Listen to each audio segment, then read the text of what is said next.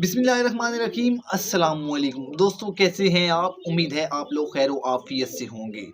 जब एक poultry farming के अंदर नया बंदा इंटर होना चाह रहा होता है तो वो कंफ्यूज हो जाता है कि उसे कौन सी ब्रीड से काम शुरू करना चाहिए, कौन सी ब्रीड से उसे ज़्यादा प्रॉफिट हो सकता है।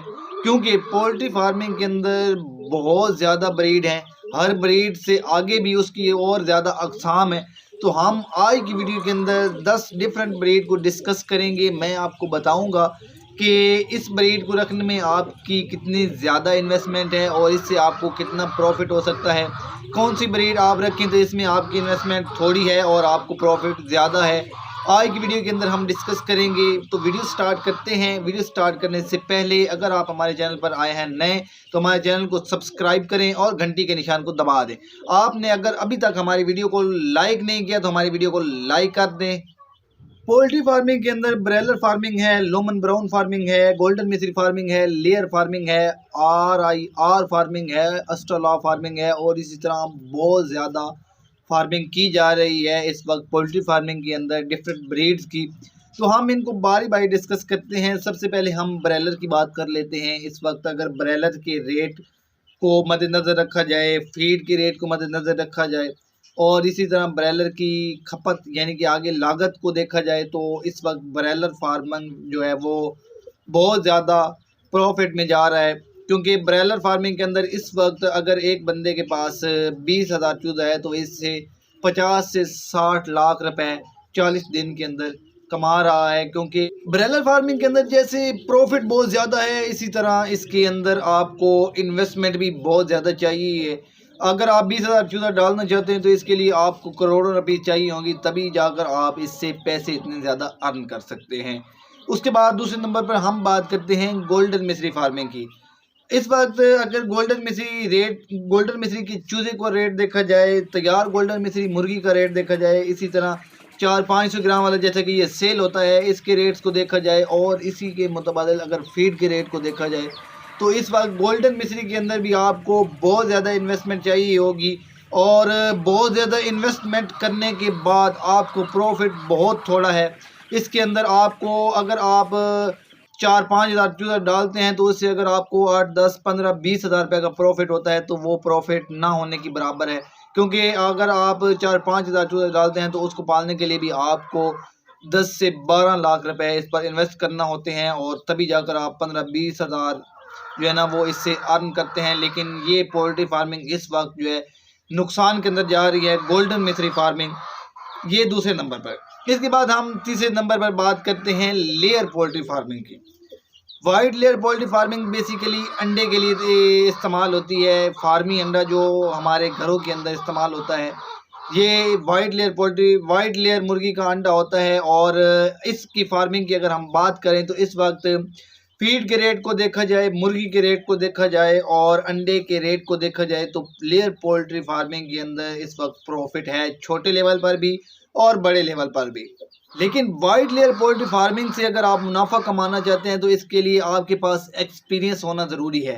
क्योंकि अगर आप एक तजर्बेकार आदमी हैं तो उसके पास जाकर ये 100 मुर्गी 97 अंडा देती है और एक नए बंदे के पास ये 60 से 70 अंडा देती है और जब 97 अंडा देती है तो ही इससे आप ज़्यादा प्रॉफिट अर्न कर सकते हैं। इसलिए इसके लिए आप इसको रखने के लिए आपके पास एक्सपीरियंस, इसके बारे में नॉलेज होना बहुत ज़रूरी है। मैंने अपनी वीडियो के अंदर काफ़ी वाइट लेयर पोल्ट्री फार्मिंग के अंदर जो है इस पर वीडियो बना रखी हैं ऑलरेडी। इसकी जो है लिंक है वो मैं इसी डिस्क्रिप्शन में दूंगा। अगर आप वाइट लेयर पोल्ट्री फार्मिंग के अंदर इंटरेस्टिंग है तो आप वहां से मेरी वीडियो देख सकते हैं और इससे आपको अच्छे से अच्छा नॉलेज मिलेगा।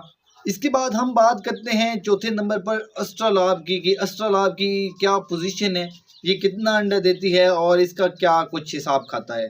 तो अगर देखा जाए तो पाकिस्तान के अंदर 2 साल पहले जब अस्ट्रालाब आया था तो इसने बहुत धूम मचा दी। लोगों ने शुरू के लोगों ने जिन्होंने इस पर पैसा इन्वेस्ट किया उन्होंने इससे लाखों रुपीस कमाए थोड़े ही वक्त के अंदर। शुरू में इसकी पोजीशन ऐसे थी कि जिस बंदे के पास ये थी उसके पास इतने ज़्यादा ऑर्डर लगे होते थे कि इसका चूज़ा हमें बुक करवाना पड़ता था एडवांस पेमेंट देकर और उसके बाद ये 20 से 25 दिन बाद हमें इसकी डिलीवरी होती थी। और जब ये पाकिस्तानियों में आई और पाकिस्तानियों ने इस पर अपने तजर्बे करना शुरू कर दिए। अस्ट्रालाब का मुर्गा और गोल्डन मिस्री की जो ब्लैक मुर्गी होती है उसका आपस में क्रॉस ब्रीड तैयार की, जो कि ना वेट के हिसाब से बेस्ट थी, ना ही अंडे के एतबार से बेस्ट थी, बल्कि एक अलग सी उन्होंने ब्रीड बनाई और वही अस्ट्रालाब बनाकर लोगों में बेचना शुरू कर दी। उससे कुछ लोगों ने प्रॉफिट कमाया, लेकिन इस ब्रीड का उन्होंने सत्यानाश कर दिया। और फिर ऐसा हुआ कि ये इतनी आम हो गई, जब लोग ये बड़ी होती तो पता चलता ये तो गोल्डन मिस्री है, ये तो वो है ही नहीं। क्योंकि गोल्डन मिस्री अगर उस हिसाब से वज़न नहीं करता जिस हिसाब से अस्ट्रालाब वज़न करती है, और अस्ट्रालाब के चूज़ा ग्रोथ के हिसाब से बेस्ट है, अंडे के एतबार से बेस्ट है, और इसका अंडा देसी मकासद के लिए यूज़ होता है। और इसका जो अंडा है वो शुरू में 100 रुपये का बिकता था, लेकिन अभी आकर क्या गोल्डन मिस्री के रेट पर बिक रहा है। उसकी वजह ये है कि अभी अस्ट्रालूब पाकिस्तान के अंदर नापैद हो चुकी है और लोगों ने अस्ट्रालाब के नाम पर गोल्डन मिस्री के अंडे बेचना शुरू किए हुए हैं। इसके बाद हम बात करते हैं RIR और लोमन ब्राउन की। बेसिक RIR और लोमन ब्राउन चूज़े के वेट को देखा जाए, ग्रोथ को देखा जाए और इनके अंडे की पैदावार को देखा जाए तो ये हर लिहाज से मुर्गी बेस्ट है।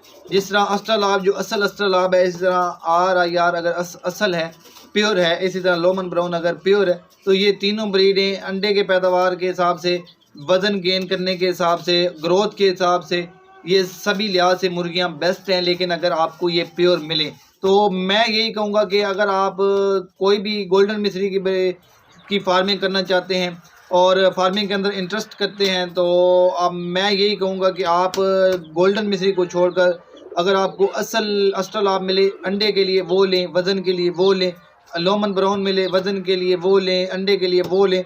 अगर आपको RIR मिले, असल मिले अंडे के लिए, ग्रोथ के लिए, आप हर लिहाज से ये तीनों ब्रीड बेस्ट हैं। लेकिन शर्त ये है कि ये आपको ओरिजिनल यानी कि जो प्योर हैं वो मिलनी चाहिए। इनके अलावा पोल्ट्री फार्मिंग के अंदर और बहुत ज़्यादा ब्रीड्स हैं जिन पर बात की जा सकती है, जिन पर नफ़ा नुकसान देखा जा सकता है। तो अगर हम उन पर बात करेंगे तो वीडियो काफ़ी लंबी हो जाएगी, तो मैं नहीं चाहता कि वीडियो बहुत ज़्यादा लंबी हो जाए। तो अगर आप उसके लिए आसान हल यही है कि अगर आप इसके अलावा और ब्रीड्स के बारे में जानना चाहते हैं, जिस ब्रीड्स के बारे में आप जानना चाहते हैं, तो इसी वीडियो के कमेंट बॉक्स में आकर मुझसे कांटेक्ट करें। मैं आपको उस ब्रीड के बारे में प्रॉपर गाइड करने की कोशिश करूंगा।